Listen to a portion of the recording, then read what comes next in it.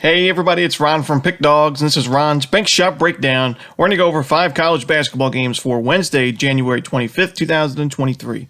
Now, if you like what you see, make sure to give this video a big thumbs up and subscribe to our channel. Don't forget to put your college basketball picks in the comments section below. And if you're looking for my best bets, including my $15 Bank Shot best bet, you can find those at the Premium Picks tab at pickdawgz.com. Alrighty, let's get into it. Here are the games for Wednesday in college hoops. First up, we go to the SEC as Georgia takes on Tennessee. This one's going to be 7 o'clock Eastern on SEC Network.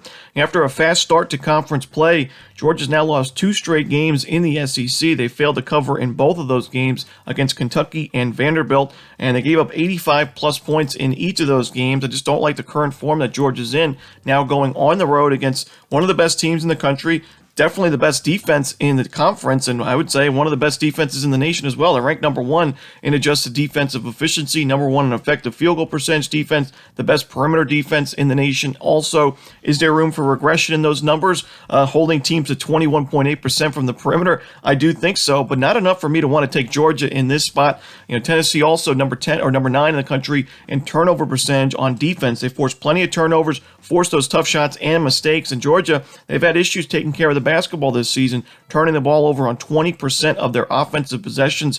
I don't think this is a very good bounce back spot here for Georgia. I think this matchup benefits Tennessee quite a bit, and when you look at the fact that Tennessee is a very good offensive rebounding team, and you look that Georgia's had issues defending and boxing out on the defensive glass, I just don't like this matchup at all for Georgia. I think they lose their 3rd straight game, and I think they lose this one in blowout fashion. Give me Tennessee laying the big number at home.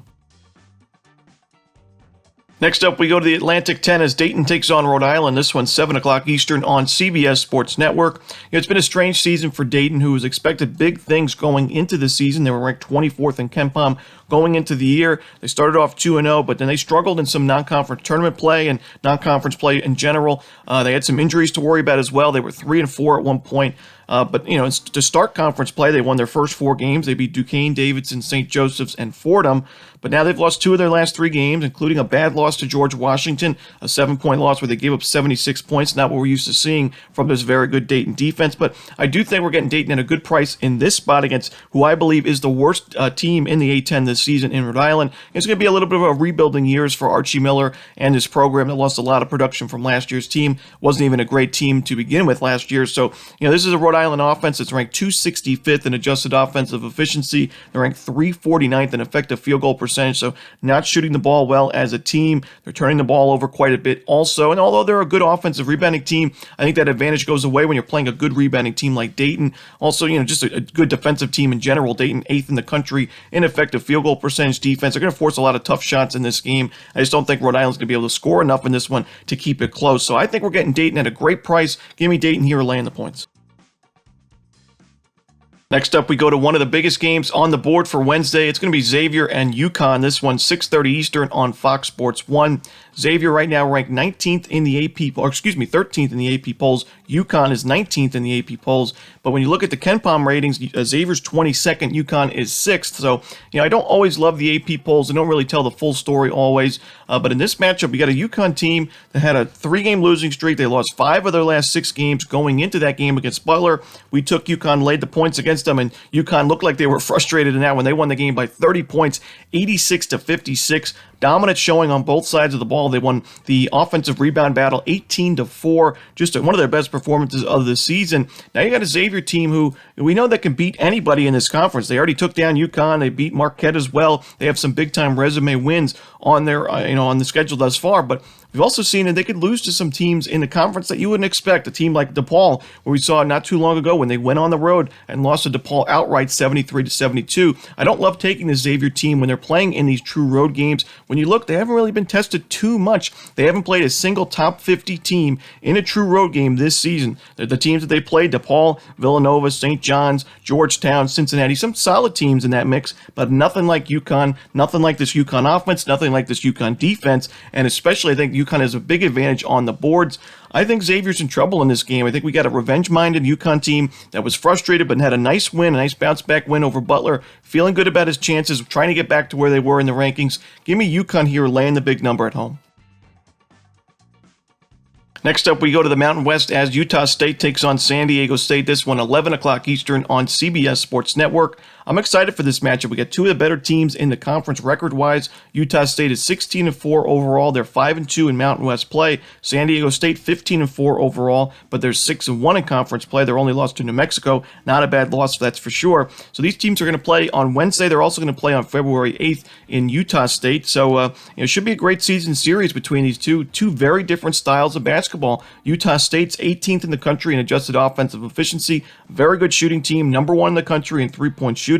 They like to speed things up on offense, pretty fast-paced team. But San Diego State, they like to slow things down defensively. 341st in the country in average possession length on defense. They're a very efficient defensive team, good rebounding team, and they're a very good perimeter defense, ranked 57th in three-point defense. So I do think that bodes well against a team like Utah State. And I also don't love this Utah State defense. They don't force many turnovers. Yes, they are good on the defensive glass, but on the road here in a very tough environment, I don't think this Utah State defense is going to hold up. We've seen in their only two losses in conference play for Utah State, both of those games were on the road. Both of those games they gave up 80-plus points, and both of those games they lost by double digits.